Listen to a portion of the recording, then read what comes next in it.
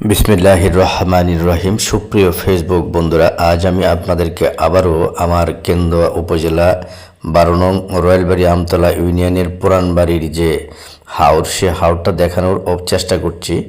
কেন দেখাচ্ছি সেটা হলো আপনারা একটু বুঝতে পারবেন। আমি একটা বিশ্বস্ত সূত্রে জানতে পেরেছি যে কেন্দুয়া উপজেলা কৃষি কর্মকর্তা বলেছেন যে আমাদের কেন্দুয়া উপজেলায় মোট 800 হেক্টর কৃষি জমি ক্ষতিগ্রস্ত হয়েছে। তো আমি আপনাদেরকে যে হাওরটা দেখাচ্ছি এটা হলো আমাদের আশেপাশে প্রায় 10 থেকে 12টি গ্রামের এই হাওরটা।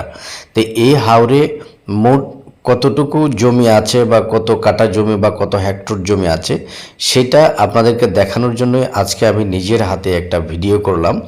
ভিডিওটা আপনাদের সামনে আমি দিচ্ছি, আপনারা একটু দেখেন। মানুষ কিন্তু এখন বিভিন্ন মানুষ বিভিন্নভাবে, এই যে দেখেন মাছ ধরার কাজেও এখন ব্যস্ত, মানুষ মাছ ধরছে। তো আমি এই এলাকার কিছু মানুষের সাথে কথা বলেছি এবং তাদেরকে জিজ্ঞেস করেছি যারা কৃষিকাজ, যারা কৃষক বা যারা উপকারভোগী, তাদের কাছে জিজ্ঞাসা করেছি যে এখানে কত হেক্টর জমি। তো এই মুহূর্তে যে হাওরটা আপনারা দেখতে পাচ্ছেন, এই হাওরটা কিন্তু ওই যে দূরে যে গাঁ দেখতে পাচ্ছেন, এটা হলো কৈলাটি এবং শৈলাটি। তার হাতের ডান দিক দিয়ে হলো কিন্তু কেরাদিঘি এবং আমাদের পুরানবাড়ি গ্রাম, এবং আমার হাতের বাম দিক দিয়ে সেটা হলো ফতেপুর এবং কান্দাপাড়ার অংশ, আর পেছনের অংশটাতে হলো আমতলার অংশ।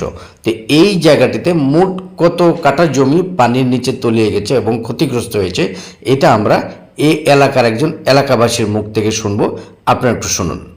আসসালামু আলাইকুম। ওয়ালাইকুম আসসালাম। আচ্ছা কাকু, আপনি আমাকে একটু বলেন তো, এখানে এই যে আমরা এই যে হাওরটা দেখলাম, এই হাওরটাতে কত কাঠা জমি পানির নিচে তলাইছে বলে আপনার মনে হয়?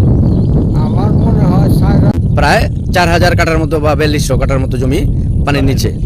আচ্ছা, এখন আমি আপনাদেরকে দেখাচ্ছি যে ব্রিজটার নিচ দিয়ে ওই উত্তর অঞ্চলের সমস্ত পানি যায়, সেই ব্রিজটা আমি আপনাদেরকে দেখাচ্ছি। এই যে দেখেন, আপনারা দেখতে পাচ্ছেন দূর থেকে, এই যেটা কিন্তু খালের অংশ।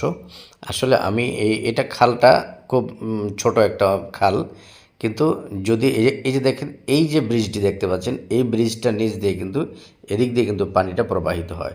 যদি ওই কুমারখালী থেকে রঙ্গিয়ালি পর্যন্ত এটাকে খনন করা হয়, বর্তমান সরকারের যে খাল খনন কর্মসূচি চলছে, সেটা যদি করে আমাদের কেন্দুয়া আটপাড়ার মাননীয় সংসদ সদস্য ডক্টর রফিকুল ইসলাম হিলালি ভাই যদি এই খালটাকে খনন করে দেন, তাহলে কিন্তু এই পানিটা অতি দ্রুত চলে যাবে। তো আমরা এলাকাবাসীর সাথে কথা বলে দেখি তারা কি বলে, একটু তাদের কথাটা। আসসালামু আলাইকুম।